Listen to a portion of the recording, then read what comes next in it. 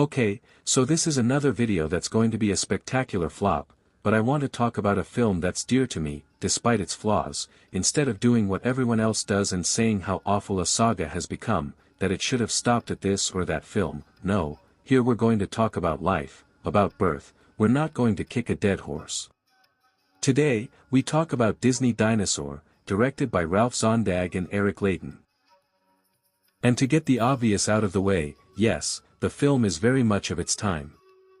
It's very 2000s, very cliched and predictable, sometimes even on autopilot, and yes, it's just the story of Moses set in the Cretaceous period, or the early Jurassic. I wanted to talk about it to see what the film could have looked like in the final product. It's a relatively unknown and rather improbable story, since one of the first names attached to the project was Paul Verhoeven. This was not long after Starship Troopers, which is also technically a Disney film, but he's not exactly the first name that comes to mind when you think of family entertainment made by Disney. They even went so far as to bring in Wallen Green to write the film, the screenwriter of The Wild Bunch, Sorcerer, and RoboCop 2, among others. Hard to say. As you might have guessed, the film was supposed to be extremely violent, without dialogue, and without any happy ending. What's funny is that I was criticizing Predator, Badlands a few months earlier for abandoning the violent and dark aspects in favor of a Disney-esque approach. But I love Disney's Dinosaur, and beyond that, I'm curious to see what the Paul Verhoeven and Phil Tippett version would have been like.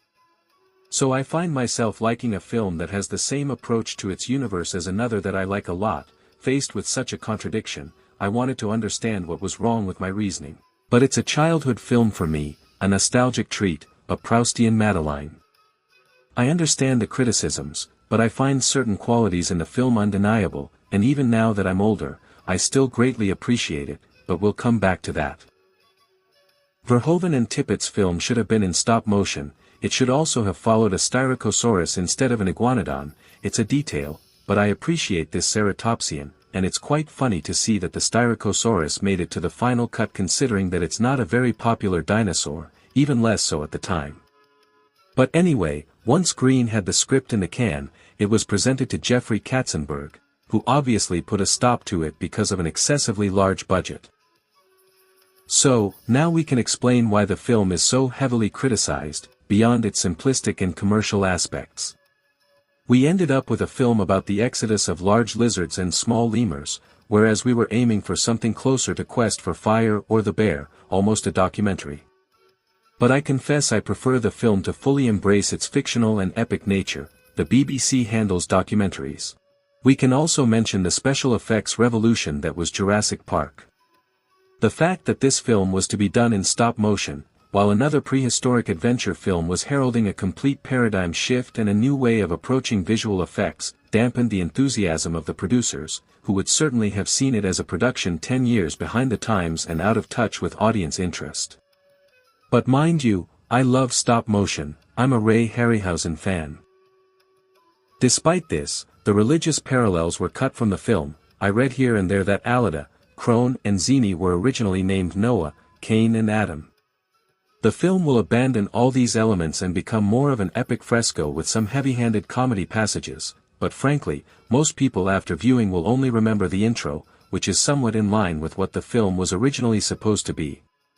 It's clearly a basic film about mutual aid for survival, and even just for living.